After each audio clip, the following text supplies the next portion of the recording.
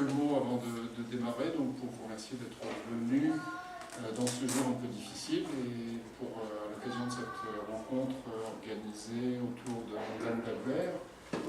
Cette rencontre a une histoire qui remonte à Anne d'Albert elle-même et à son décès. Et pour ce qui concerne ce qui se passe ici, qui est relié à l'amitié de Christine Piot et d'Anne d'Albert, qui a essayé avec Sylvie Dupuis, depuis son décès, d'organiser une forme de reconnaissance à son travail, enfin, en tout cas de souligner l'œuvre de sa vie et de saluer sa mémoire. Bon, ça a été jusqu'à présent assez compliqué à organiser et l'occasion de l'exposition ici a déclenché cette possibilité d'événement. Donc c'est un petit peu inhabituel qu'une exposition, disons, accueille une mémoire saluée à un critique d'art, mais c'est peut-être aussi un juste retour des choses. Je vous laisserai peut-être vous présenter, mais donc Arnaud, merci d'accueillir cette réunion, cette rencontre qui nous permet à nous, les amis d'Anne d'Albert, à des titres divers.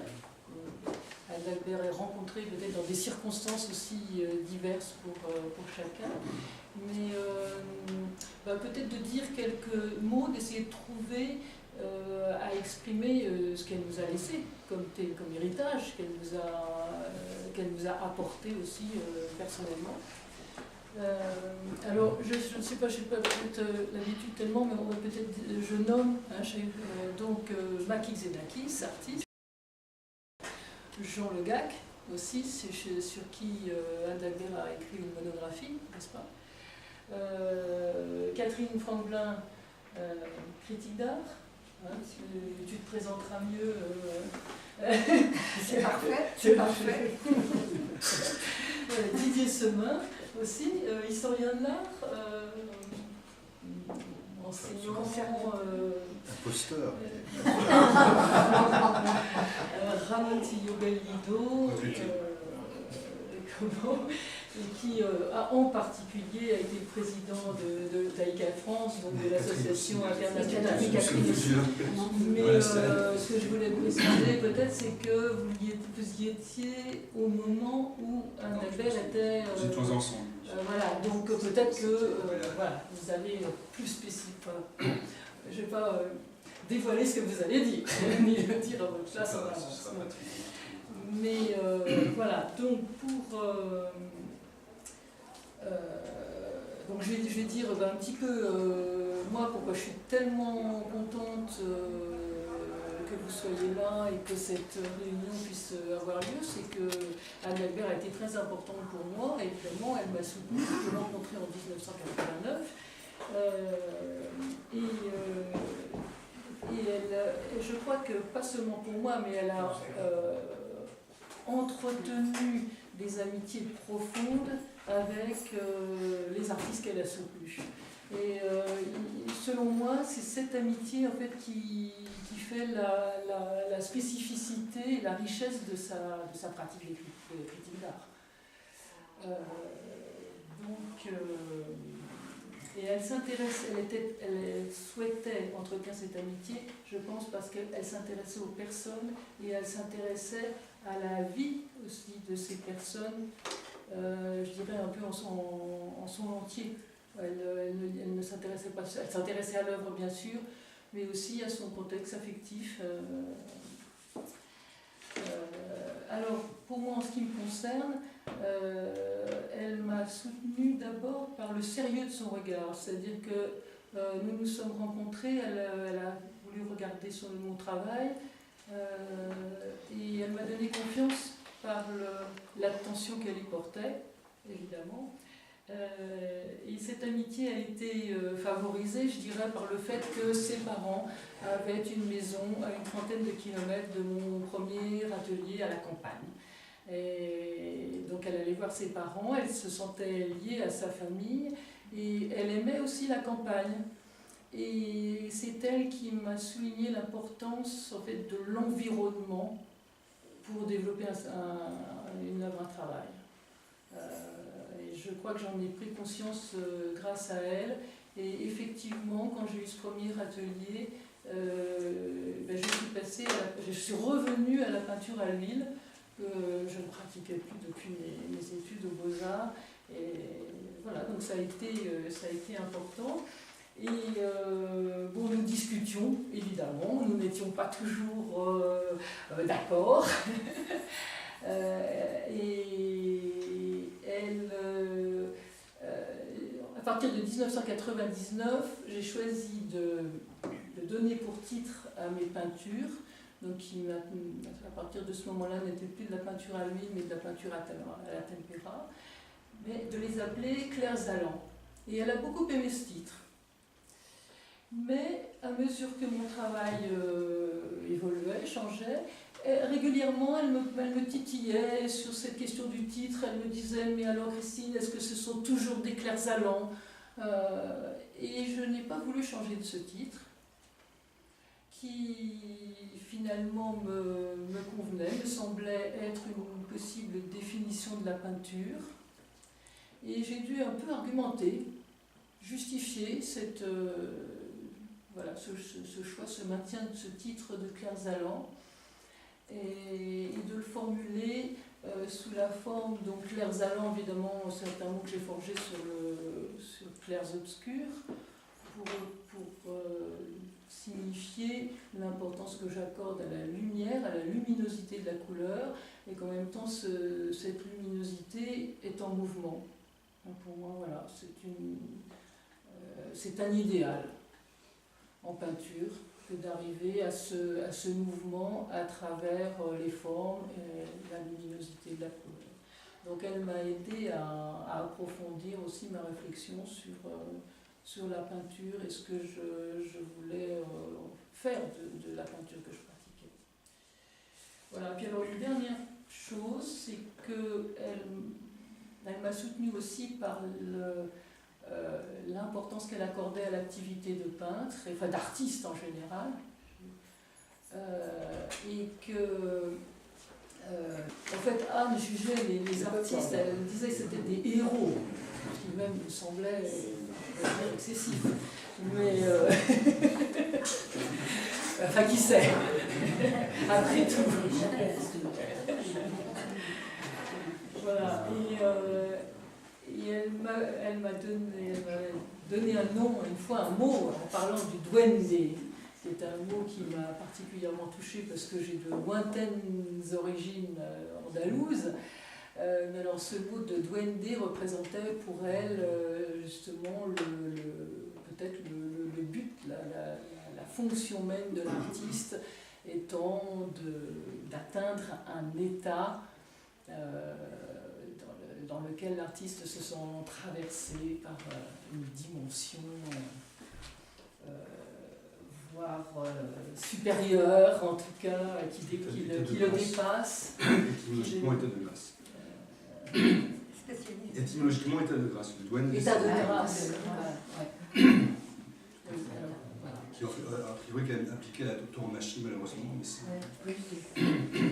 Voilà, je pensais Catherine, tu allais enchaîner sur cet état de grâce. Avec plaisir. En tout cas, merci beaucoup pour d'abord à la galerie de nous recevoir et puis Christine. Merci beaucoup de ton acharnement avec Sylvie. Avec Sylvie Dupuis pour que cette séance en hommage à Anne ait lieu. Moi, je vais vous dire, je suis arrivée en courant ici, je ne pensais pas du tout, j'étais dans un autre sujet, sur un autre sujet, je n'ai pas du tout pensé à Anne, bon, je savais que j'allais venir ici, et le fait que tu en parles, comme tu en as parlé, ça m'a émue beaucoup, et d'une certaine manière, je l'ai vraiment retrouvé. Et ça, c'est très touchant que peu de choses, avec peu de choses, peut se représenter de nouveau une personne. Moi, je ne vais pas parler du travail d'Anne Dagbert, analyser son œuvre de critique d'art. Je lui ai parlé, c'était une amie, donc c'est sur ce thème que je voulais dire quelques mots. Et tu as dit par exemple qu'elle allait à la campagne chez ses parents, qu'elle était très attachée à ses parents. Tu vois, une chose comme ça, il y a peu de gens, à part les gens qui la connaissaient bien, qui savaient ça d'elle. Ensuite, tu as dit, elle s'intéressait beaucoup à l'environnement affectif des artistes. Ce qui est probablement vrai. Moi, je ne l'ai pas vu travailler avec des artistes, mais je l'ai bien connu. Et je me suis dit, quand tu as dit ça, et ça c'est bouleversant, elle s'intéressait au milieu affectif des artistes, et moi je me suis demandé qui s'intéressait à son affectivité. À elle. À elle. Ah oui. Je sais aussi qu'elle s'est beaucoup intéressée à travers l'œuvre de Garouste au judaïsme et au sacré en général, et qu'elle avait une façon d'aborder l'art qui se rattachait par certains aspects à sa conception de la religion. Toi, tu parlais d'héroïsme, mais on pourrait aussi parler de sainteté. Qu'elle aurait pu aussi dire ça par rapport aux artistes. Ouais. Elle avait aussi un côté rebelle. Et ça, c'était aussi merveilleux. Parce qu'elle ne voulait pas penser comme tout le monde. Et quand tu racontes comment elle te contestait, ton évolution dans ton travail, les titres que tu donnais, etc., aussi, parfois, tout d'un coup, elle ne voulait pas être d'accord. Mais juste parce que, pour ne pas être d'accord, parce que tout d'un coup, elle se disait, mais moi, peut-être que je peux dire autre chose. Pour relancer. Et j'aimais bien aussi ce côté révolté aussi. Donc, peut-être je vais m'arrêter là et passer la parole à Didier. En tout cas, je suis très contente de voir tous ces amis qui sont là. C'est pas à moi de les remercier, mais je les remercie quand même. Merci à toi.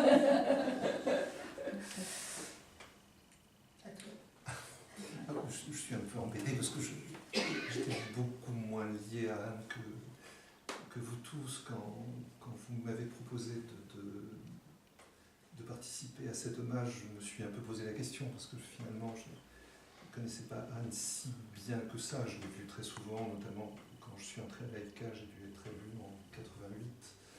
Bon, j'ai démissionné il y a une dizaine d'années.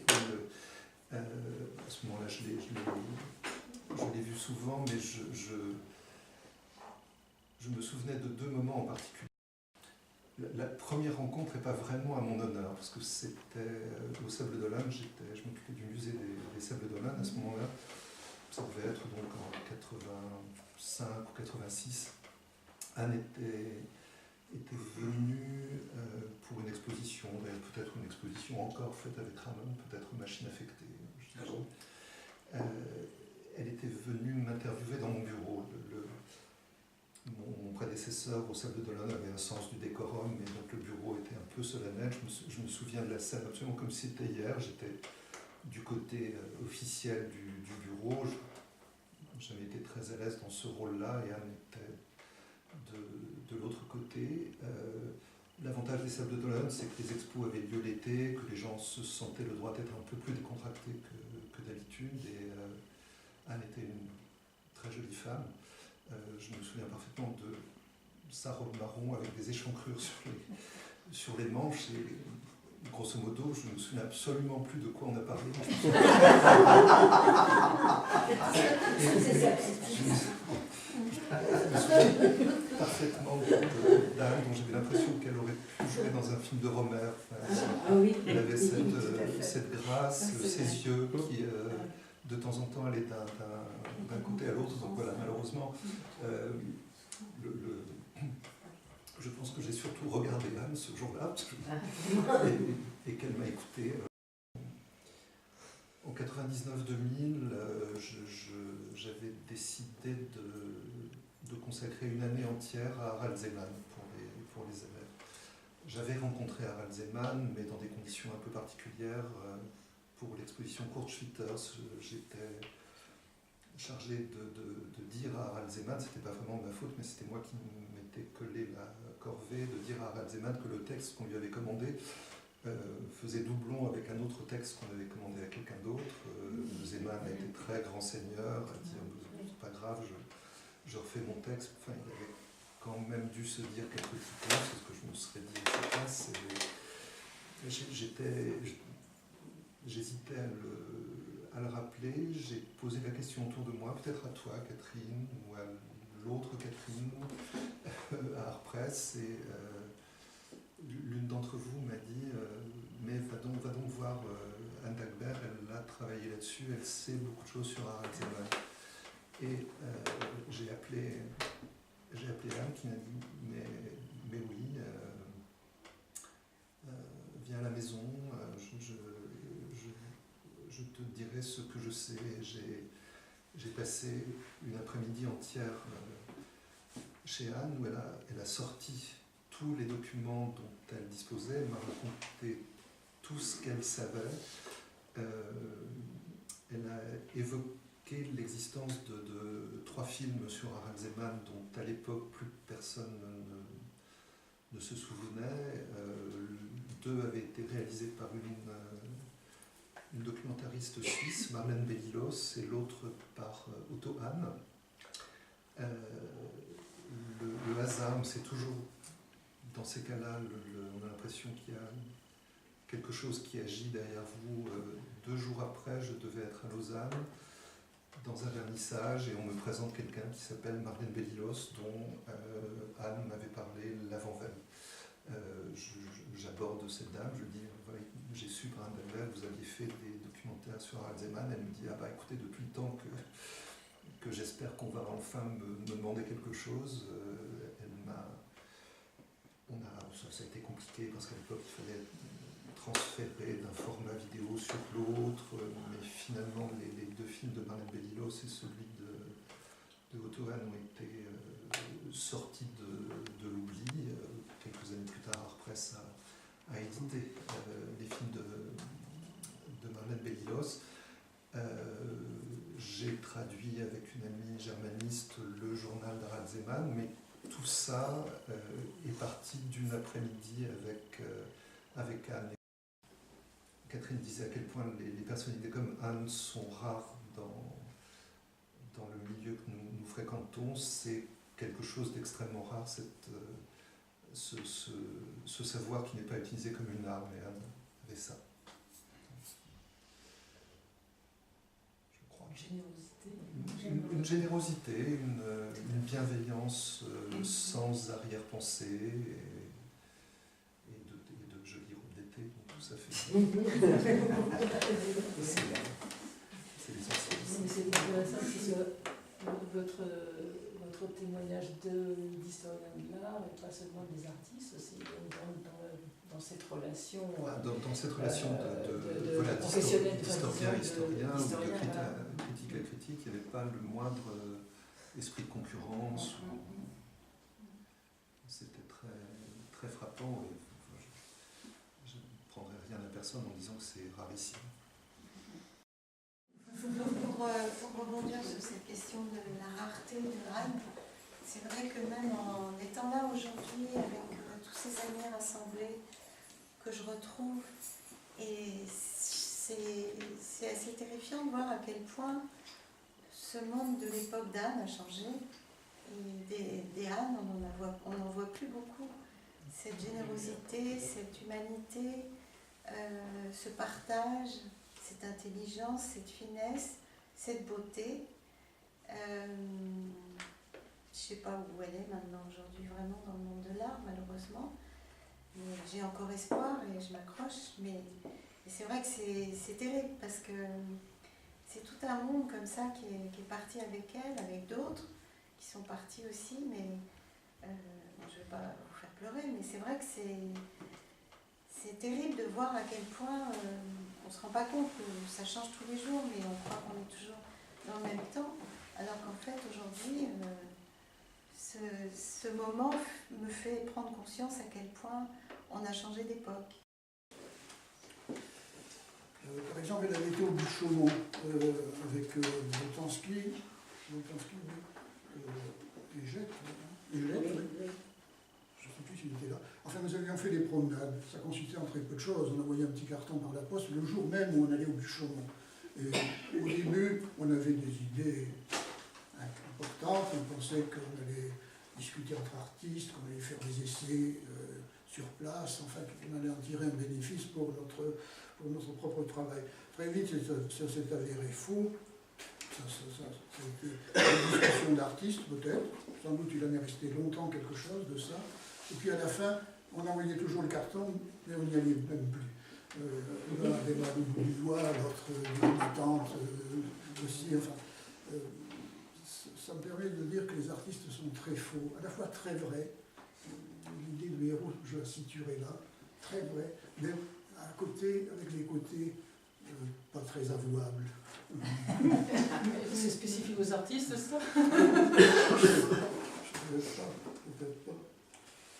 Donc elle avait quand même fait cette démarche aussi au but de Chaumont. Qu'est-ce que je pourrais raconter qui serait quelque intérêt? Alors ça, cette histoire, j'avais été frappé par le fait qu'elle vous faisait répéter. Répéter. Et c'était très troublant parce que on disait, mais enfin, Elle n'a pas entendu. Bien, moi je suis un mytho complet, quoi. Et ça permettait d'aller assez loin, cette histoire, parce qu'elle vous dérangeait inconsciemment, et du coup, il ne fallait pas se contenter des arguments ou des slogans qu'on peut servir habituellement quand ça a de l'importance. Elle m'avait parlé avec beaucoup d'émotion de sa visite à un appartement que nous avions activé d'une certaine manière, rue Rémy du Moncel. Il s'agissait d'un tout petit appartement, pas très beau, juste repeint blanchi plutôt que repeint en blanc. Et je pense que ça appartenait à la famille de Boltanski, qui venait de l'acquérir. Ça, je ne l'ai jamais su, vraiment. Et c'était vide. Et dans cet entre-deux, nous avions envoyé des invitations, comme on était très actifs sur ce plan-là. L'invitation consistait en des clés. Moi, je dis qu'il y avait une quarantaine de clés. Christian lui parle de plus, il me semble. Enfin, il y a un certain nombre de clés qui étaient envoyées avec accroché à la clé des étiquettes sur lesquelles il y avait nos noms et puis le lieu adresse. Et elle m'avait raconté, et je trouvais ça très vrai, parce que moi-même, je pensais que ça pouvait fonctionner comme ça. Sa peur un peu dans l'escalier de monter vers cet appartement que rien ne signalait spécialement, il n'y avait aucune marque, aucun écriteau. Son idée de défraction, même en ouvrant avec sa clé personnelle, ne sachant pas ce qu'elle allait trouver derrière. Et puis après, il n'y avait rien, nous n'étions pas là. Il n'y avait pas foule, vous savez, pour voir ce type de choses.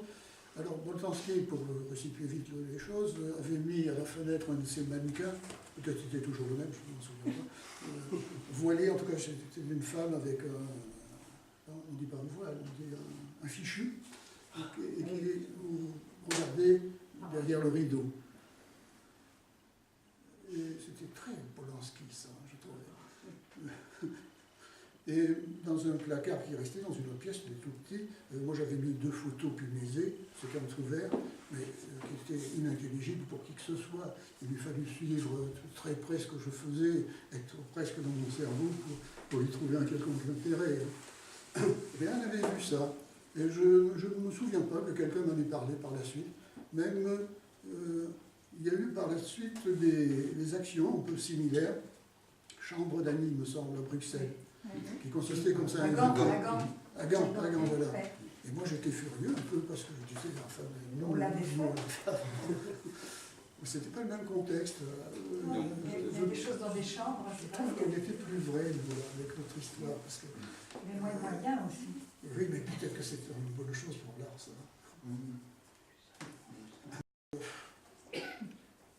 En vous entendant les uns et les autres, je me rends compte que d'une certaine manière, j'ai raté Anne. Je n'ai pas compris sa profondeur. Je suis resté superficiel, vraiment. Mais ça, c'est la vie d'artiste. Je mettrai ça pas sur le compte personnel, mais sur la vie d'artiste. Vous êtes ballotté tout le temps. Vous ne faites pas ce que vous voulez, contrairement à ce que beaucoup de gens imaginent. Une fois, on vous propose ça, et puis vous prenez, vous n'avez rien d'autre. Une fois, on vous amène là, parce qu'il y a une raison pécuniaire qui n'est pas à négliger. Moi, je crois avoir passé une bonne partie de ma vie à faire ce que les autres voulaient de moi, et pas moi d'eux. Mais qu'est-ce que j'aurais fait sans eux? Voilà pour Anne, il y a beaucoup de choses à dire. C'est intéressant en tout cas votre travail, à un moment donné aussi où elle s'intéressait à la, justement au récit dans le... Oui, ça c'est très fort. Il y a quelque Sa chose monographie. c'est ça, ouais. Enfin, moi j'ai lu la monographie, pour ça je... Quelqu'un a dit ça d'ailleurs, qu'elle s'intéressait, c'est vous Catherine, qu'elle s'intéressait aux êtres. Oui, C'est ça. ce Oui. que nous sommes, parce que nous sommes profondément fondamentaires de tout ceci. C'est-à-dire ce qu'elle voyait des artistes dans leur travail, c'était l'artiste, c'était la personne. Et donc tout ce qu'elle pouvait amasser comme information sur cet artiste, c'était une personne qu'elle construisait et à laquelle elle s'intéressait. C'était pas un travail abstrait, c'était pas une toile, une peinture, une sculpture. C'était un être humain qui était... Et ça va très loin, parce que si j'ai raison, parce que je pense que c'est une petite chose qui est la suivante. Je pense que les artistes sont faits par les autres. C'est pas nous qui apportons des choses nouvelles. C'est les autres qui peut-être se trompent sur ce que nous faisons, peut-être devinent, anticipent ce que l'artiste va faire. Et Anne était dans ce rôle-là, sans doute majeur, en fait. Je ne sais pas. On pense... Elle ne faisait pas Les technicienne, historiens elle faisait pas oui. technicienne de l'art. Elle n'était pas technicienne dans le sens, elle ne cherchait pas à... enfin, en tout cas, ce qui concerne... Peut-être avait-elle cet arrière-pays, mais ça, je ne sais rien. Elle ne rattachait pas dans l'histoire de l'art d'une manière, peut-être. Je ne crois pas non plus, peut-être d'autres. Non, mais c'est vrai qu'elle était assez à contre-courant, hein, parce que c'est vrai que, surtout aujourd'hui, c'est encore plus qu'avant, mais le nombre de gens de l'art qui disent je m'intéresse à l'homme et pas à l'homme, ou à la femme, c'est un discours politiquement correct aujourd'hui. Et c'est vrai que souvent des gens le disent. Et non, vous n'êtes pas d'accord? C'est une posture. Non, mais je pense à un autre débat, donc je crois que c'est surtout la situation globalement qui a changé, donc c'est tout à fait autre chose. Mais c'est vrai que... On va pas se lancer dans la discussion à ce niveau-là, mais non, mais par rapport à j'avais fait une conférence qui s'appelait la coupure épistémologique, je crois qu'on parle plus de la même chose. Le nom qu'on donne à l'art, mais celui qu'on est, ça fait 40 ans, 30 ans, donc là c'est plus profond que ça malheureusement. Et moi, je voulais vous demander aussi pour les gens qui peut-être une grande minorité ici, qui ont moins connu Anne Dagbert, d'essayer de caractériser en quelques mots ce qui a fait son travail de critique. Qu'est-ce qui faisait que vous avez respecté. J'essaie de vous répondre nous rappelons malheureusement que les deux Annes que j'ai longuement évoquées sont mortes trop rapidement l'une derrière l'autre. Et dans un premier temps, parce que dans toutes les casquettes que j'ai, plus ou moins machin, j'ai des relations assez fortes avec les archives de la critique d'art qui sont à Rennes et qui ont donc plusieurs missions, entre autres d'archiver les travaux des critiques, qui se différencient, si je peux dire, qui en fait donc là sont vraiment nominatifs. Nous sommes là comme critiques et pas comme auteurs, etc. Et puis ensuite, à côté, essayer de temps en temps de mettre en place des réunions, des séminaires, plein de... Et donc, quand on s'est trouvé confronté à cette double disparition, nous n'étions pas les seuls à rester hébétés. Ça a quand même été assez dur pour la communauté que nous sommes. Il ne faut pas exagérer, quoi. C'était quand même deux personnalités qui étaient quand même, on ne va pas les comparer. Bon. Donc on s'est dit aux archives, on va faire un truc, quoi. On va essayer de faire une espèce de... Alors surtout pas un hommage, parce que ça c'est rédhibitoire, ça c'est là effectivement qu'on n'avance pas, si je peux dire. Mais donc en se servant un petit peu, avec beaucoup de précautions, un peu de ce qu'elles pouvaient représenter l'une et l'autre. Donc partir de ces bases, de ces socles-là, pour, là encore, on parle de ce que je disais tout à l'heure, voir un peu quelle est aujourd'hui la situation et comment, effectivement, ces choses-là peuvent un peu se redistribuer ou se reformuler. Et donc les deux bases, les deux socles qu'on avait en tête, même si effectivement ils peuvent être corrigés, c'est ce que je dis tout à l'heure, c'est que d'une part, donc, il y avait un tronche, si je me trompe, on me corrige, quoi, qui était quelqu'un qui était une critique, n'était pas la seule, mais, comme on dit avec beaucoup de guillemets, engagée, quoi, qui très tôt avait pris parti pour une esthétique assez dans la figuration narrative, s'était impliquée dedans, était une des créatrices de la revue Opus, etc., etc., et qui était malgré tout, avec l'ouverture d'esprit qui était la sienne, un peu donc dans ce sillon-là, mais ce qui n'empêchait pas d'être tout à fait ouverte et curieuse pour le reste. Mais effectivement, donc c'était cette image, pour aussi fictionnelle soit-elle, mais elle n'est pas tellement, en tout cas à ce moment-là, de critique engagée. Je me trompe ou pas?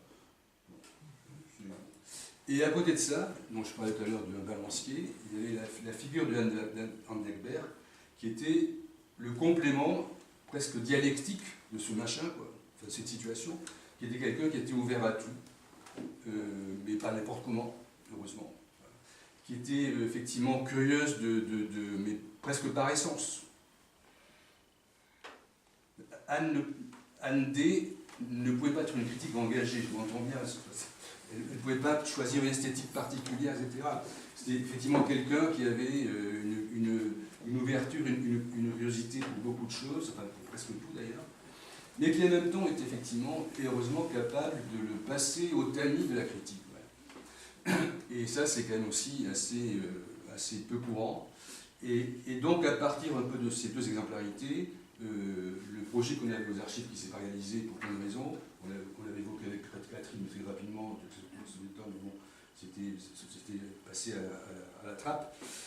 C'était un peu d'inviter des jeunes critiques, d'ailleurs femmes, parce que là encore, il faut quand même pas oublier qu'on parle de deux critiques femmes, quoi, et sans jouer sur quoi que ce soit, en tout cas pour moi ça a toujours été essentiel, bon, peu importe.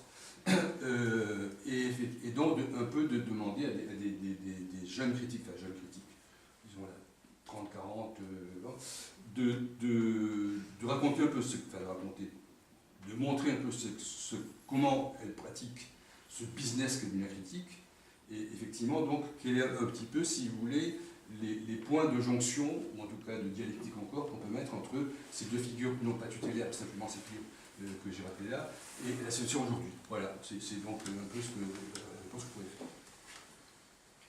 Qu'est-ce que vous en pensez, les autres personnes, Monsieur Legare, vous disiez par exemple que c'est presque le regardeur qui fait l'art. Est-ce que Anne Dagberg, est-ce qu'elle a apporté quelque chose je voyais en elle une critique, il faut dire,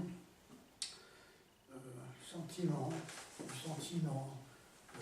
l'intelligence du sentiment.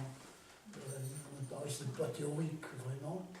Elle était peut-être au courant, ça, je ne soumettais pas une quelconque question pour ça. Au fond, ces textes me surprenaient par l'angle qu'elle adoptait, justement.